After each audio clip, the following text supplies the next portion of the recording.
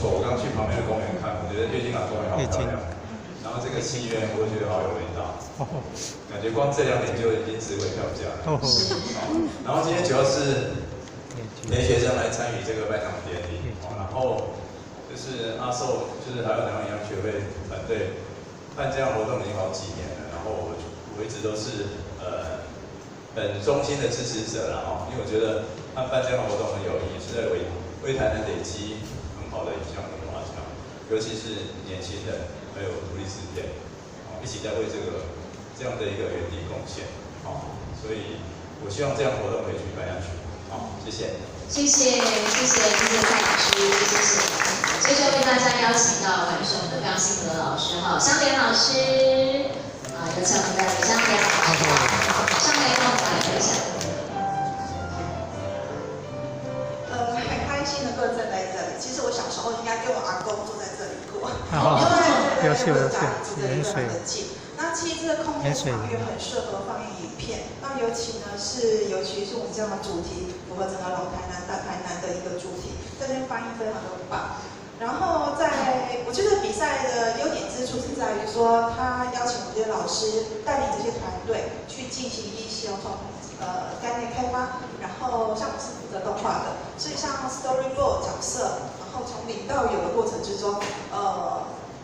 学员之间的磨合，然后老师之间的奖励，我认为这是一种学习。所以今天呢，你们入围了，有机会可以坐在这边，都是最棒的。然后也期许大家可以颁奖的时候有更棒的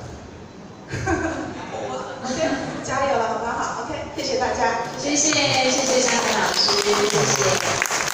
接下来为大家邀请到是我们的赖东泽老师，也是我们这一次非常辛苦的指导老师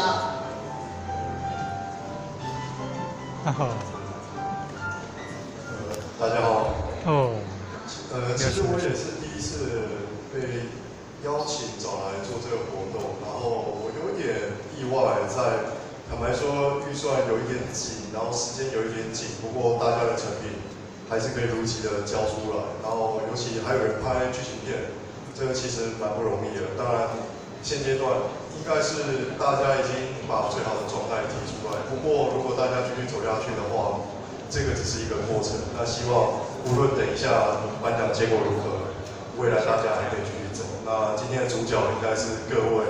我尽量不要讲太多，很快，就这样子，谢谢。谢谢东泽老师。最后再请阿寿老师。好，那这边就谢谢我们新闻处，然后也谢谢执行单位立国文化，然后谢谢我们美丽的小军。好，那节目正式开始。对，来 Q 节目正式开始。所以接下来呢，大家就真的是可以好好的调整一下有一个最舒服的一个姿势然后我们在这个服务台这边也有这饮料所以大家也可以。其实欣赏影片不用这么的拘束就很轻松的吃一个藕冰啦，然后喝一杯饮料，用一个最舒服的姿势呢来欣赏我们这非常精彩的实质影片咯。